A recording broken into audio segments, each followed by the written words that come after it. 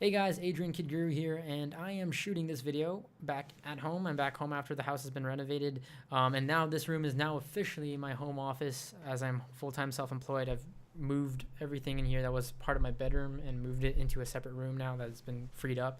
So this is now officially just the office, and that's why all this crazy stuff is going on because I'm still in the process. That's why you have all this crazy stuff in the background, so I apologize. But that's why you also hear this kind of echo going on, so I'll try and clean that up as much as I can after I shoot the video. That being said, I'm just shooting this on my Thunderbolt display here because I just wanted to get this video out. It's really just something I wanted to put out there while I had the idea, while the topic was still fresh. And that is the idea of looking backwards in life and regret and all these things and how that pertains to life both personally and professionally, and the best advice I can give. I was just recently talking to my friends about this. It's 3 a.m. now. I got home at 1 a.m. and it's something I've been thinking about. And if this helps just one person, then this video has done its job. So that said, as somebody who lives life very goal-oriented, who also just has this view of life where, to me, life is only moving this one direction. To me, that's always been forward. I always do things for myself in the sense that I'm always trying to prove myself I can do better. I can progress and all that stuff. There's times where some things are going to happen as life is. Shit happens in life. And you don't see these things coming out of nowhere, and it can do a 360 to your life.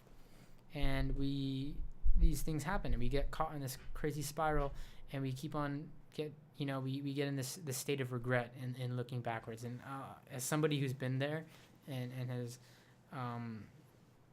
gradually moved out of that, I want to share what I've learned about that. And a simple and obvious statement, but in life, things are going to happen to you that you can and can't control. For the most part, the things you can't control is simply that. You're going to have things happen to you. You're going to have people do things and have actions and people's perceptions of you that you can't change. And there's no use to look into that because you can't change them. There's, as of this video, November 12th, 3 a.m., there's no time technology for me to go back in time and change things physically. There's things that have happened in the past, and that's it. It simply is the past, and I physically can't go back and alter that. The only thing you can work towards is in the now, because that can alter the future. You can alter the future. I can alter what I'm going to do tomorrow. I can change it. I can plan it today and change it tomorrow. I can't go back and change the past. I just can't. That's how life is. So we need to live with the decisions we make, and furthermore, in a professional sense, it also applies it in that sense, because the best advice I heard professionally when it comes to work, when you look at your older work and you're not feeling these, if you've created anything, and you'll understand where I'm coming from, if you look at your older work and you don't feel these thoughts of, oh, whoa, I could have done that better. Oh, that was so stupid. I can't believe I posted that. I can't believe I put that out there. Well, if you're not looking at your older work and not feeling those feelings, then you're not progressing. You're not raising your standard of experience. You're not raising your levels of standards. You're not raising, you're not progressing in terms of whatever it may be. But if you're looking at your old stuff and you feel, wow, that was so stupid, I could have done this, I could have done this better, there's a new alternative method, then that's progress in itself when it comes to professional sense, when you look at stuff like that. So again, in life, we're taught this view to avoid obstacles rather than overcome obstacles. That's very much so how we're taught in a lot of school systems and stuff like that. But the problem with that is we tend to really cop out when it comes to we tend to avoid obstacles, and I really think it's a cop out when people do this. And when people talk about regret and they say things like, well, if the things I've been through and all that, and the experience I have now and everything I understand and blah blah blah blah blah, then I would have changed this, that, and the other. Well, that's great, but you didn't. and back then you didn't, and now you can't. So what good is it to you? You want to talk about how things you would have changed? That's avoiding it. That's a cop-out to me. It really is. Because to me, the things you understand now are because of what's happened. And, the things you learned are because of what's happened, because of the events, because of the people you've met. That's why the things you understand now are the things they are, because of those very situations and the experience you've been through. People can tell you things. You can read in a book. You can hear from your friend about how this thing happened to them, but you can't 110% connect with them unless you've been through it. Maybe you've experienced it. Maybe your parents have been divorced. Maybe you lost a loved one, whatever it may be. But once you experience it, you can understand on a deeper level. And it's experience through which we learn things in life. It's harsh realities, it's harsh truths, it's harsh situations where we learn things in life. And to say we would change this, that, and the other, it's a real cop-out to me. It's really you avoiding the blame. It's you avoiding the matter and just taking it as it is. And trying to overcome that fear, overcome that if you're scarred, if you were scared because of something, if you are whatever, then overcome it rather than avoid it and try and put the blame elsewhere, or try and say, oh, I would rather do this, I would have changed this from based off of all the things I know now. That's a real cop-out to me.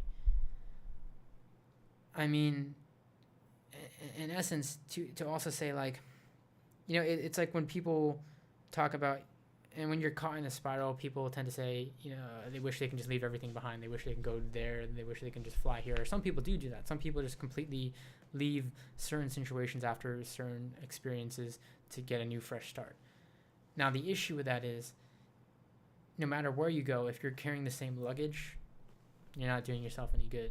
What I mean by that saying is not in a literal sense, but if you have that same mental luggage, if you're leaving a situation and you're later down the road, you're thinking like, oh, I would have done this better and blah, blah, blah, then you're still carrying the same mental luggage. And no matter where you go, no matter how far you travel, you're not going to do yourself any good if you're not leaving those mental thoughts, those feelings, those whatever. If you're not leaving them behind, then what good are you doing for yourself? Where's the progress in thinking that I would have not done this, or I would have changed this, I would have never have blah, blah, blah. Those are all a bunch of what ifs. Those are all a bunch of whatevers, and you know, it's a whole bunch of things you can't do, and instead of working towards the things you can do and better yourself because of that. So when it comes to regret and all these things, why try to dwell on the things that you can't control? Why try to dwell on the things that were without your reach and, you know, realm of possibility? At the same time, why put the blame on others? Why think, why would I have done this? Why did I do that? Why did I do this, that, and the other? Rather than just accept you did what you did, and you have yourself to blame for certain things, and you have yourself to blame for certain situations, and learn how to move on from that. Learn how to improve upon yourself and be a better person because of it. So you're not going to do this in one huge step, you know? It's gradually. To those who are stuck out there, who are in this loop, in this spiral of looking backwards in life and regretting a certain situation or regretting certain stuff, rather than do that, they say movement is better than stasis. I'm not saying you have to move and get over something 110% and get it over it completely, but moving left, moving forward, moving right is better than moving backwards, and it's better than looking backwards. So I hope that if you are in that situation, this can help you gradually move forward. That's it, guys. Thanks for watching.